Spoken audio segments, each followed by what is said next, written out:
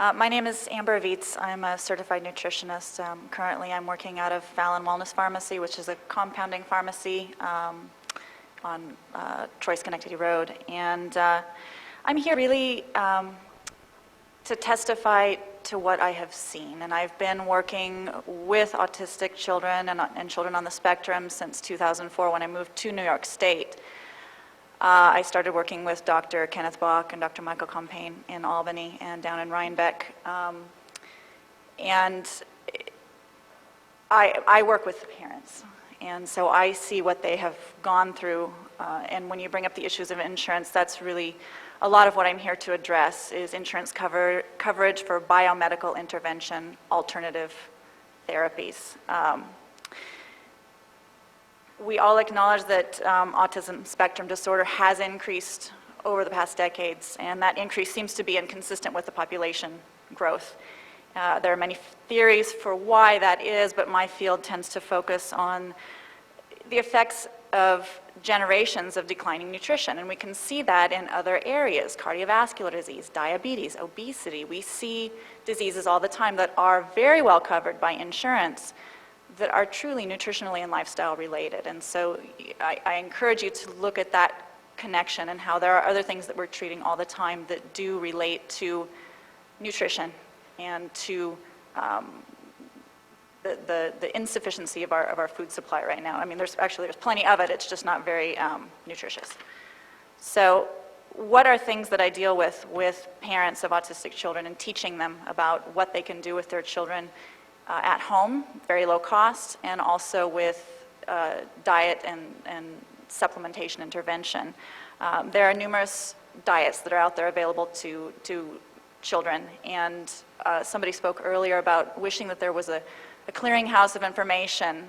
There are many organizations, such as the one that Mike Smith is working with, many on the that you find on the internet, and that's really what I do, is help people to sift through all of that information, because yeah, everybody's trying to sell something, everybody's trying to make a buck, everybody wants a piece of the pie, but there are those of us who are focused on really helping the parents, because we see people mortgage their homes, we see people sell their house and rent in order to pay for their children. We see people trying to set up nonprofit organizations where relatives can pour money into that, and you see other people who just fall through the crack, and it puts a stress on marriage, it puts a stress on family.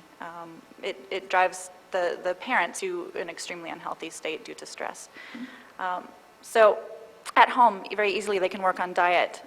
In a situation where they would see me as a nutritionist or a doctor who specializes in alternative therapies, they might focus on correcting deficiencies, and deficiencies that can be proven through testing, through laboratories that have been around for decades. You can see that these children are actually deficient in vitamins and minerals. They're deficient in essential fatty acids, things which actually contribute to their growth and development. And when it starts at a very early age, of course that's going to have an effect on how their brains develop and how they're able to interact in their environment.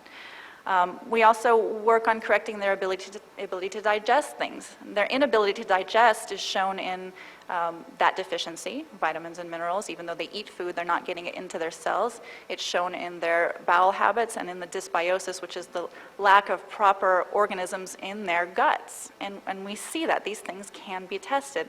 Not only is that testing not covered, and again, these are proven laboratories, accepted legal laboratories that have been around for decades, and it's not covered by insurance. Also correcting their ability to detoxify. The liver does that on a daily basis. Many of these kids cannot. They cannot do processes, scientific processes called methylation, sulfation. They don't have a proper production of enzymes to break down and assimilate foods, to break down chemicals that come into their body. Every food that comes in your body has a potential to do harm. And if you can't break it down with enzymes, or you can't methylate it, or you can't sulfate it, it can be harmful to your body and it can be harmful to your brain. So this is a whole aspect of science that we're trying to correct nutritionally and with diet. Another thing is that, as many parents would attest to, it is very hard to get a variety of food into any child on the autism spectrum. There are very, very few who will eat anything you put in front of them. There's a self-limitation on what they want to eat. They usually have 5 favorite foods, and they will not deviate from that. And it's very, very hard to get them to eat your green vegetables, your brightly colored fruit, and even in some cases, those can be harmful to them. So it is an individualized situation. Every child does have to be addressed individually. What costs so much? Well, doctors who are specialists in the area of autism are very expensive. But why is that? Because they spend much more time with each parent and each child. They have to. Every case is an individual case, and therefore they're able to see fewer people in a day, therefore the costs go up. Testing. I've seen parents walk out of doctor's offices with thousands of dollars of testing that won't be covered. Won't be covered at all. Half of them don't even know what they're getting into. They get up to the desk and they're like, they have no idea how they're going to pay for these things, all right? And these are tests that are really important in order to specify treatment, okay?